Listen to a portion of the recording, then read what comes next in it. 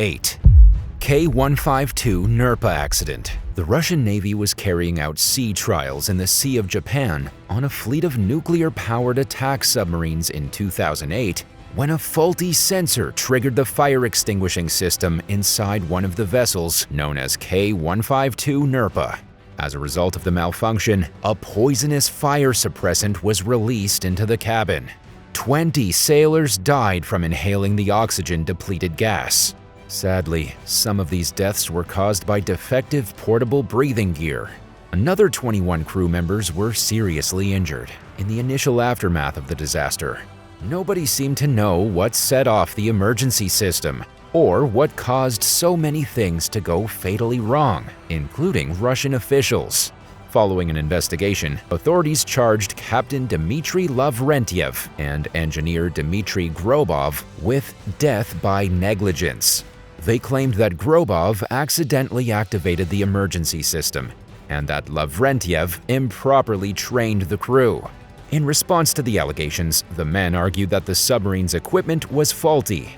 They were acquitted in 2012, but the verdict was overturned. There was a retrial the following year, and they were once again found innocent and cleared of any wrongdoing. The accident was Russia's worst submarine disaster since 8 years earlier in 2000, when 118 people died in what's known as the Kursk nuclear submarine disaster. K-152 NERPA was repaired, and in 2011, it was leased to India for 10 years and renamed INS Chakra. But the vessel continued to encounter mechanical issues. In 2017, it was involved in another accident and underwent $20 million in repairs. 3 years later, in 2020, a high-pressure air cylinder reportedly exploded inside the submarine, killing a crew member and causing extensive damage to the weapons system, hydroacoustic equipment, and the hulls. The Indian Navy returned the Chakra to Russia ahead of the lease expiration date due to increasingly unreliable power plant and maintenance issues. 7. HMS Urge. Built for the British Royal Navy during the early 1940s, the 191-foot-long, 58.2 meters HMS Urge achieved its first World War II victory with the sinking of the Italian tanker Franco Martelli in the Bay of Biscay. From there, the U-class submarine proceeded to the Mediterranean Sea, where it torpedoed the Italian merchant ships Aquitania and Marigola. A few months later, in December 1941, the Urge torpedoed the Italian battleship Vittorio Veneto. The vessel also made history as one of the first submarines to land commandos by canoe and logged numerous successful commando raids. However, despite its achievements, the Urge experienced its fair share of problems throughout its career. Its torpedoes were sometimes detected by enemy forces, became jammed, or otherwise failed to hit their targets or detonate. On at least one occasion, a technical failure caused the torpedo to do a U-turn.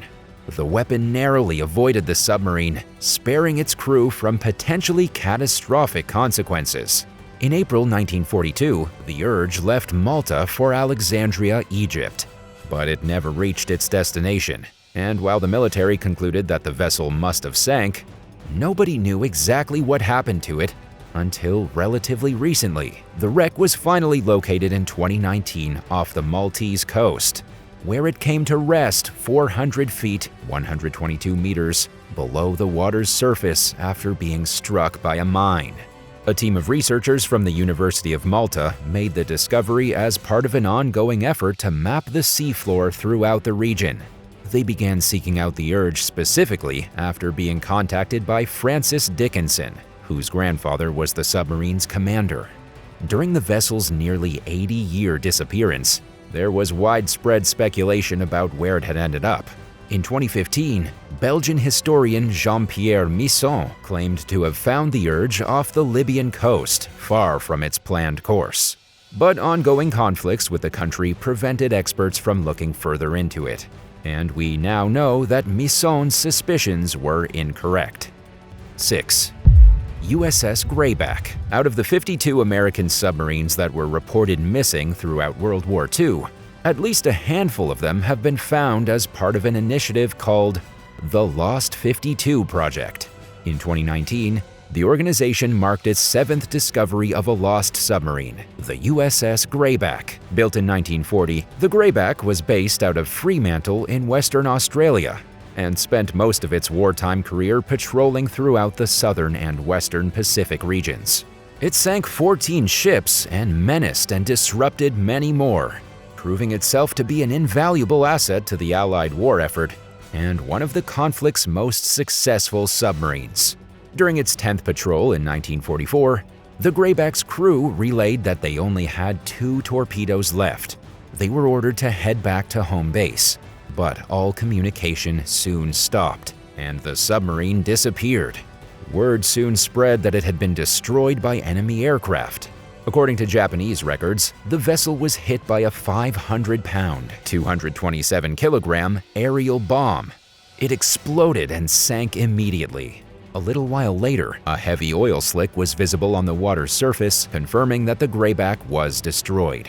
The Lost 52 project located the submarine roughly 58 miles, 93 kilometers off the Okinawa coast, at a depth of 1,427 feet, 435 meters. They were able to find it after discovering an error in the previous calculation of its whereabouts, which was off by about 100 miles, 161 kilometers. Finally, after spending 75 years without answers, the surviving family members of the Greyback's crew received long-awaited closure. 5. Kursk disaster. During a training exercise in the Barents Sea in the year 2000, Captain Gennady Petrovich Lyachin ordered the crew of a nuclear submarine that he was commanding to fire 2 torpedoes. It was Russia's first major naval exercise in over a decade, and it would unfortunately turn out to be one of its deadliest of all time. The submarine, known as the Kursk, had a reputation for being unsinkable, but it proved otherwise that day when a faulty torpedo casing caused a hydrogen peroxide leak. A fire broke out and 2 large explosions ensued, sending the submarine to the bottom of the sea. The Russian government initially reported that all 118 crew members perished before the Kursk reached its resting place. But a handwritten note found in Lieutenant Dmitry Kolesnikov's uniform pocket explained that 23 sailors survived the 2 explosions. They languished for several hours, desperately looking for more oxygen, which caused another fire to break out, and helplessly awaiting rescue that never came. In the tragedy's aftermath, the Russian Navy was widely criticized for claiming that there were no initial survivors and for not doing enough to try saving them. A top-secret investigation concluded that the military was ill-prepared for the disaster, and that its response was unjustifiably delayed. The report cited stunning breaches of discipline, shoddy, obsolete, and poorly maintained equipment, as well as negligence, incompetence, and mismanagement. Despite the damning findings, no charges were ever filed against any personnel or crew members. Russian prosecutor General Vladimir Ustinov blamed the accident on a technical failure and concluded that it was impossible to place blame on specific individuals. He absolved the defective torpedo's manufacturer of any blame and said that the entire crew died within 8 hours, which he claimed wasn't enough time to rescue any survivors. Many disagreed with his findings, including retired Navy Captain Vladimir Mityayev, who lost a son on the Kursk and described the disaster as a clear case of negligence. But any demands for justice ultimately fell on deaf ears, and the Russian government considers the matter a closed case. Would you ever explore the ocean in a submarine? Tell us in the comments and hit subscribe while you're at it. 4.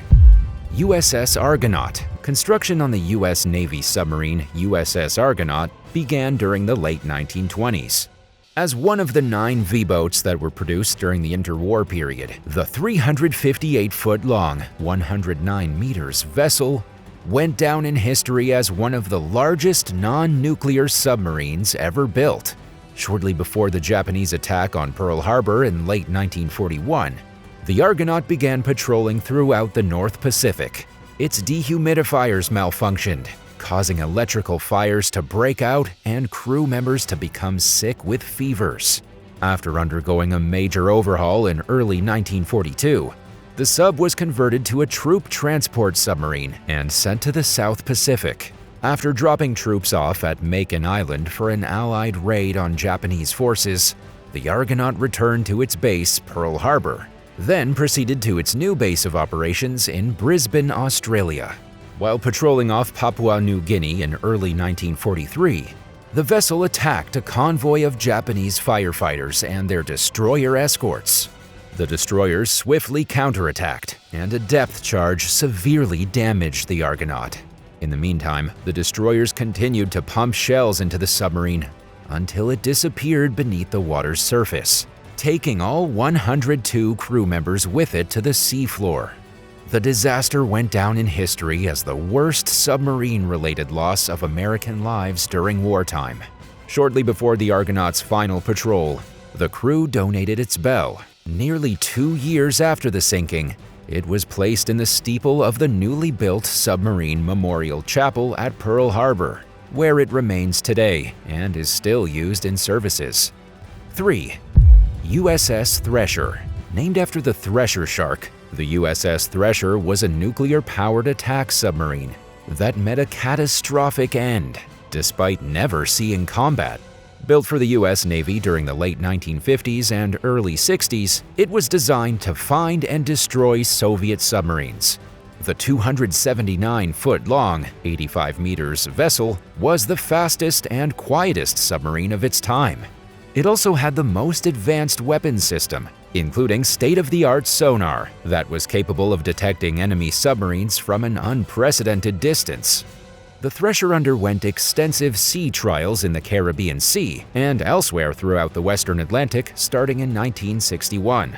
2 years later, the vessel left from Kittery, Maine to carry out dive trials roughly 220 miles, 354 kilometers off Cape Cod.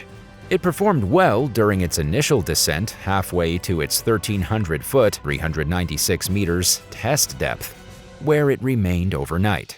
During the submarine's deep dive trial the next morning, it stopped every 100 feet, 30 meters, to check the integrity of its operating systems.